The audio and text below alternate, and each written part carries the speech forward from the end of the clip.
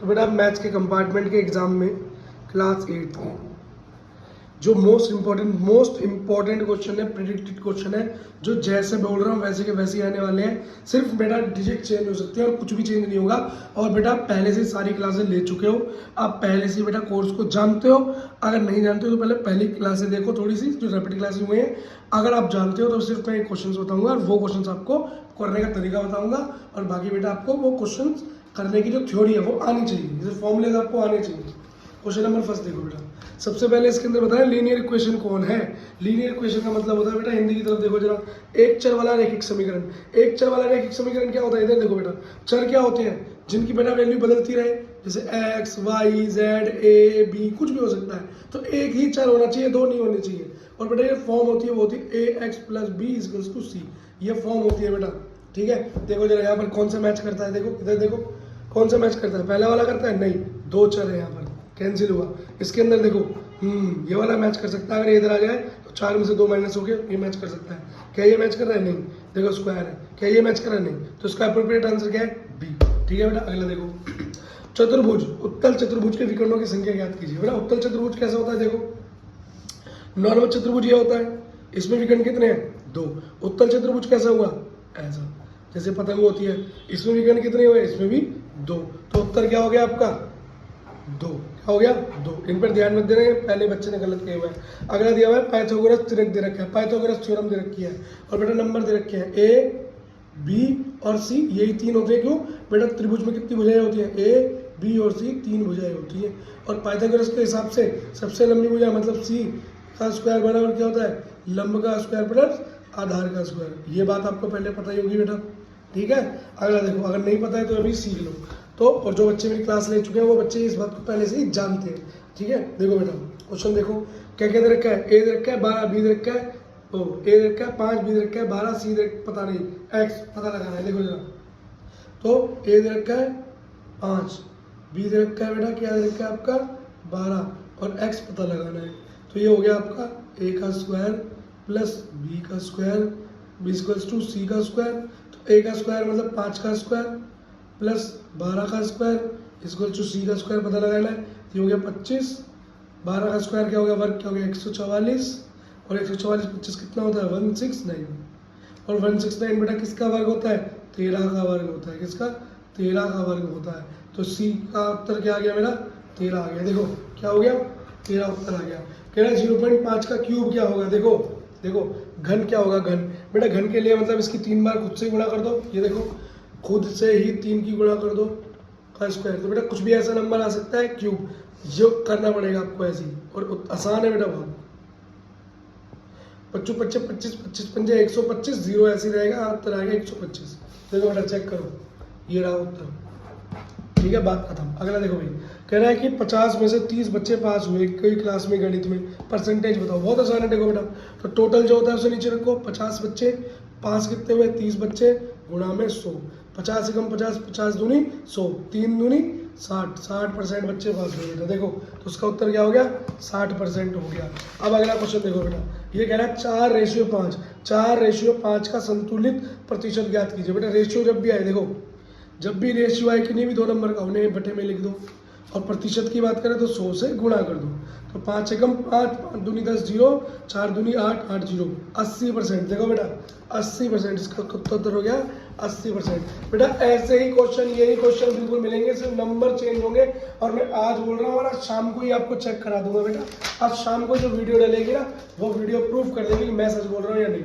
अगला देखो, कह रहा है एक आयत दिया हुआ है, एक आयत, एक चतुर्भुज दिया हुआ है, क्वाड्रिलेटरल दिया हुआ है, इसकी लंबाई ये रखी है, चौड़ाई ये रखी है, इसका क्षेत्रफल एरिया ज्ञात करना है। तो बेटा इसका फॉर्मूला होता है, देखो एल गुणा बी। क्या होता है भैया, एल रेक्टेंगल, रेक्टेंगल के एरिया का फॉर्मूला क्या होता है, एल गुणा बी। आयत के क्षेत्रफल का फॉर्मूला होता है लंबाई गुणा चौड़ाई। लंबाई क्या है 2x स्क्वायर मल्टीप्लाई वो लंबाई गुणा चौड़ाई, चौड़ाई क्या x प्लस वाई, गुणा करो 2xy की जब गुणा होगी इसमें तो हो जाएगा 2x स्क्वायर वाई प्लस, और जब बेटा y से गुणा होगी तो 2x ऐसे आ जाएगा और y का हो जाएगा स्क्वायर। ये बेटा आपका आंसर है। कहाँ पर ये वाला आंसर, सी, खत्म। अगला देखो बेटा, 1 वर्ग मीटर में मतलब 1 मीटर, 1 मीटर का वर्ग मतलब स्क्वायर, वर्ग पर ध्यान मत दो, 1 मीटर पर ध्यान दो। 1 मीटर में कितने सेंटीमीटर होते हैं, तो 1 मीटर में बेटा बोलो बोलो बोलो जल्दी बोलो कितने होते हैं, 100 सेंटीमीटर। कितने, 100 सेंटीमीटर स्क्वायर बाई बात कर रहे हैं, ठीक है, उत्तर आ गया। अगला देखो बेटा क्वेश्चन जो इंपॉर्टेंट है, जो मुझे लगता है फिर से आने वाला है, वो है देखो ये, जैसे रेशियो दे देगा चेंज करने में, तो आपको पता होना चाहिए बेटा 1 लीटर में कितने मिलीलीटर होते हैं, कितने ml होते हैं ना, 1 किलो में कितने ग्राम होते हैं। वैसे अगर 1 किलो में कितने ग्राम होते हैं देख लो बेटा, 1 किलो के अंदर 1000 ग्राम होते हैं, ठीक है बेटा, इतनी बात को ध्यान रखना। और अगर बेटा किलोमीटर आ जाए तो 1 किलोमीटर में कितने मीटर होते हैं, बोलो बोलो बेटा, जल्दी बोलो बोलो बेटा। अच्छा 1000। ठीक है बेटा, इस बात को ध्यान रखना। चलो बेटा क्वेश्चन देखते हैं। ये कह रहा है रेशियो निकालो, क्या निकालो, रेशियो निकालो, या हिंदी में क्या कह रहा है, 200 मिलीमीटर को 1 लीटर में अनुपात में बताओ। तो बेटा खुद देखो, 1 लीटर में मेरा 1000 मिलीलीटर होता है, तो ये कह रहा है 200 मिलीलीटर में कितने लीटर होंगे, तो 1000 से डिवाइड कर दो, 1000 से भाग करनी पड़ेगी। देखो बेटा 0 से 2 गया, 2 एकम 2, 2 पंजे 5, 2 पंजे 10 सॉरी, तो 1/5 उत्तर आया बेटा। देखो कौन सा है, 1/5, 1/5 ये रहा, है ना। और मैंने क्या बताया था अभी कि बेटा जो बटे होते हैं उसको रेशियो में ऐसे लिख सकते हैं, या रेशियो में हो तो बटे में ऐसे लिख सकते हैं। बात खत्म। अगला क्वेश्चन देखो, ये कह रहा है बेटा x² - 4 के गुणनखंड निकालो। तो बेटा बहुत आसान है गुणनखंड निकालना, तोड़ना है इसको। तो x² - 4 का गुणनखंड क्या होगा, एक बात देखो, क्या 4 को मैं लिख सकता हूँ 2 की घात 2, सही लिखा, 2 की घात 2 लिख सकता हूँ बेटा इसको। तो ये क्या हो गया, x - 2 का, बोलो बेटा ये क्या होगा, a² - b²। अगर इसको a मानूं इसको b मानूं तो हो गया a² - b², जिसका फॉर्मूला होता है a + b और a - b। तो मतलब देखो इसका उत्तर कौन सा होगा, यहाँ पर बच्चे ने गलत लगाया हुआ है, उत्तर है x + a + b a - b। ये कह रहा है बेटा एक ग्राफ के अंदर जो क्षैतिज अक्ष होता है, क्षैतिज मतलब हॉरिजॉन्टल, वो लाइन कौन सी होती है। तो देखो बेटा ये देखो वर्टिकल लाइन खड़ी हुई लाइन कौन सी है y, और ये लेटी लाइन क्षैतिज लाइन कौन सी है x। तो इसका उत्तर क्या हो गया बेटा x अक्ष। ये तो बहुत आसान है बेटा, बस ये x आया तो y के बारे में पूछ सकता है। और एक चीज याद रखना बेटा, ये मध्य बिंदु जो होता है ये 0 0 होता है, इसके बारे में भी पूछा जा सकता है, ठीक है। इंग्लिश में ओरिजिन कहते हैं, ओरिजिन क्या कहते हैं बेटा, ओरिजिन, ठीक है। अगर हिंदी में याद ना आए तो इंग्लिश में देख लेना, हिंदी इंग्लिश दोनों में आपका पेपर आता है। ये तो बेटा MCQs थे जो मैंने आपको बता दिए, मोस्ट इंपॉर्टेंट MCQs। ये समझ लो यहीं से MCQ भिड़ने वाला है, पर बेटा आपको फॉर्मूला याद होना चाहिए। अगर फॉर्मूले याद नहीं होंगे तो बेटा समझ लो क्वेश्चन हिलेगा भी नहीं। और बेटा जिसको सारे फॉर्मूले और क्वेश्चन रिवाइज करने हैं बेटा हमारी वीडियो देख ले, सारी वीडियो अवेलेबल है बेटा 8th क्लास की रैपिड रिवीजन में, ठीक है। देखो बेटा गुणनखंड करना है, देखो बड़ा एक गुणनखंड करके दिखा रहा हूँ, ऐसा आएगा ही आएगा, बस क्वेश्चन कुछ और हो सकता है पर गुणनखंड आएगा। देखो बेटा गुणनखंड का कैसे करते हैं, जो कोई इस तरह का क्वेश्चन है ये यहाँ पर दे रखा है, तो बेटा गुणनखंड का मतलब होता है इस बीच वाले नंबर को ऐसा तोड़ो कि जोड़ने या घटाने पर यही नंबर आए। तो बेटा देखो मैं इसको ऐसे तोड़ सकता हूँ, 4m + 4m, 8m को ऐसे तोड़ सकता हूँ +16। अब बेटा जरा पहले इस वाले के अंदर से कॉमन लेते हैं और फिर उस वाले में से कॉमन लेते हैं। तो m² + 4 में क्या कॉमन हो सकता है, खाली m। तो m² में m कॉमन लिया तो खाली m बचा, और यहाँ 4 बचा, प्लस इसमें से क्या ले सकता हूँ बेटा, 4 कॉमन ले सकता हूँ। तो m + 4 = 16, तो 4 कॉमन बचा। बेटा जो कॉमन बाहर निकाला है उनको एक साथ लिख लेते हैं, और जो बेटा दोनों एक साथ कॉमन बने उनमें से एक ही बारी दोनों को लिखते हैं। तो क्या हो गया, m + 4 दोनों 4 तो बेटा इसको लिख सकता हूँ ना m + 4 का वर्ग। जैसे अगर ये 2 × 2 होता तो मैं क्या लिख देता, 2 की घात 2। इसी तरीके से बेटा ये, तो ये मेरा उत्तर हो गया। समझ में आया बेटा, क्या हो गया मेरा उत्तर हो गया। देखो बेटा अगला क्वेश्चन देखो कितना मजेदार है, परसेंटेज पे क्वेश्चन मिलना ही मिलना है। ये कह रहा है बेटा एक पर्स का अंकित मूल्य, कोई पर्स है जो कि 1200 रुपये का बता रहा था, लेकिन खरीदा किसी ने, राशि ने 720 रुपये में खरीद लिया। बताओ कितने % का डिस्काउंट मिला, छूट कितनी मिली। बहुत आसान है बेटा, ये देखो ना, पहले प्रतिशत निकाल लो। कुल कितने रुपए का था, 1200 रुपये का था, खरीदा कितने का, 720 रुपये का। तो देखो बेटा कितने % खरीदा, तो परसेंटेज के लिए 2 से गुणा कर दो, 2 0 से 2 0 गई, 12 एकम 12, 12 दूनी 24, 12 3 36, 12 चौक 48, 12 पंजे 60, 12 छिंग 72। तो बेटा मेरा क्या निकल के रहा है, 60%। मतलब जो पर्स खरीदा गया वो 60% रुपए देकर खरीदा गया। कुल कितना होता है बेटा हर चीज, 100%।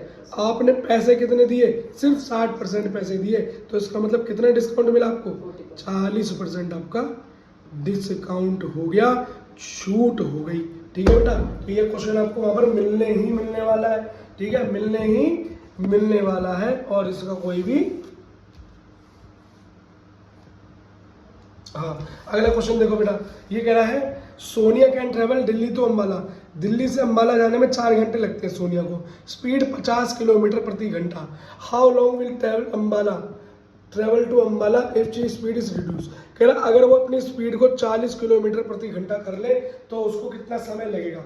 देखो बेटा, तो दूरी या चाल का जो बेटा स्पीड का जो फॉर्मूला होता है वो होता है डिस्टेंस अपॉन में टाइम, और हिंदी में बोले तो चाल बराबर दूरी बटा समय, कि कितनी दूरी और कितनी समय थी उससे क्या निकल आती है दूरी। चाल जो निकालना चाहो निकल जाएगा। क्वेश्चन में बेटा क्या क्या दे रखा है, पहले केस में जब वो 50 किलोमीटर पर चल रही है तो ये दिखा रखा है कि 50 किलोमीटर प्रति घंटा की स्पीड से चली, ये उसकी चाल है। दूरी नहीं बता रखी दिल्ली और अम्बाला की, सिर्फ समय बता रखा है, कितना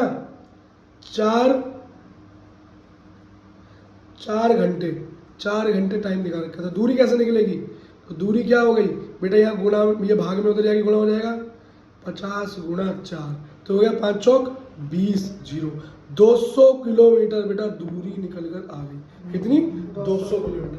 अब ये कह रहा है अगर वो अपनी चाल को बदलकर 40 किलोमीटर कर दे, स्पीड को कम कर दे, चाल को कम कर दे, तो कितना समय लगेगा। कोई बात नहीं जी, अब तो दूरी पता है तो चाल की जगह क्या कर दोगे 40 किलोमीटर प्रति घंटा कर दोगे, दूरी 200 किलोमीटर। तो अब नया समय कितना लगेगा, तो समय यहीं पर रह गया।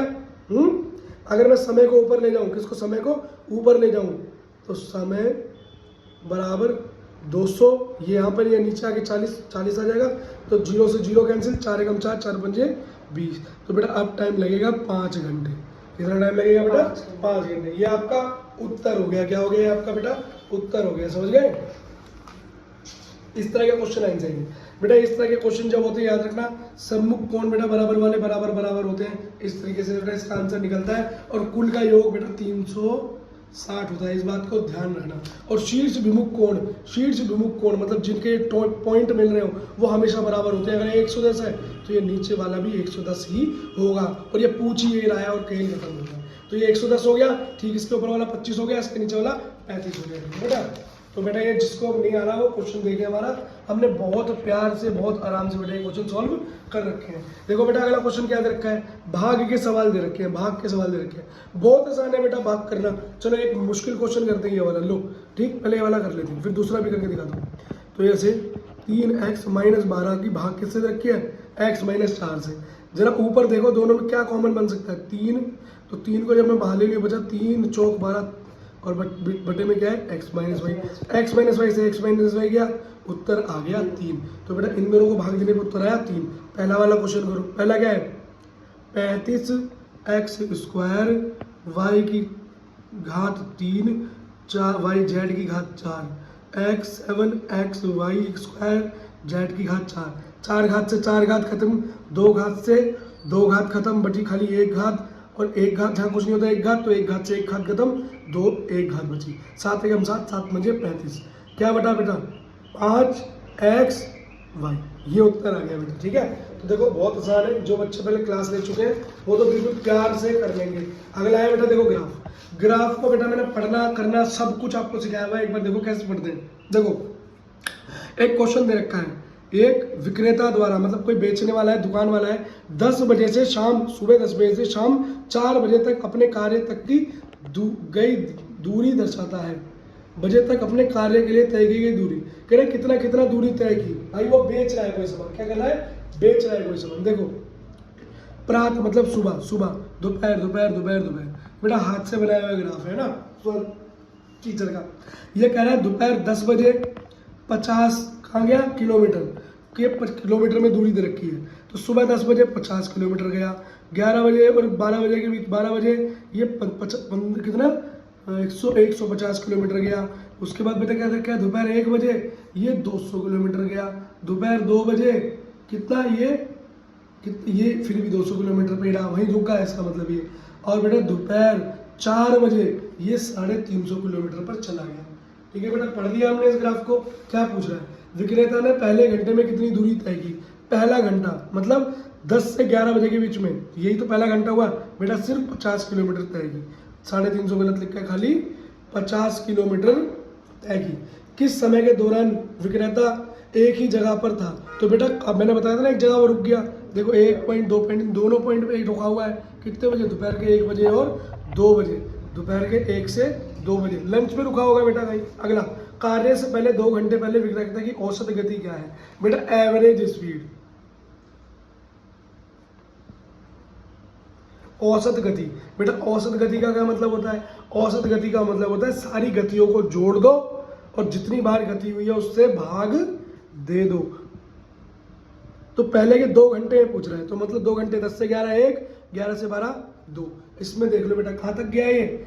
50 किलोमीटर, 100 किलोमीटर, 150 किलोमीटर। ये 2 ही गति दिखाई दे रही है बेटा, लेकिन ग्राफ के हिसाब से देखें तो 50 और 150, 50 और 150। तो ये हो गया आपका 50 प्लस 150 किलोमीटर बटे में 2 है, तो 2 दूरी है ना, 2। तो हो गया 200 बटे में 2, 2 एकम 2, 0 0।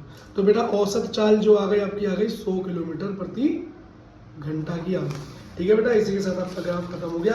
और यही मेरे आपको बताने वाले मोस्ट प्रेडिक्टेड क्वेश्चन है, यहीं से बेटा आपको सवाल मिलने वाले हैं। All the best.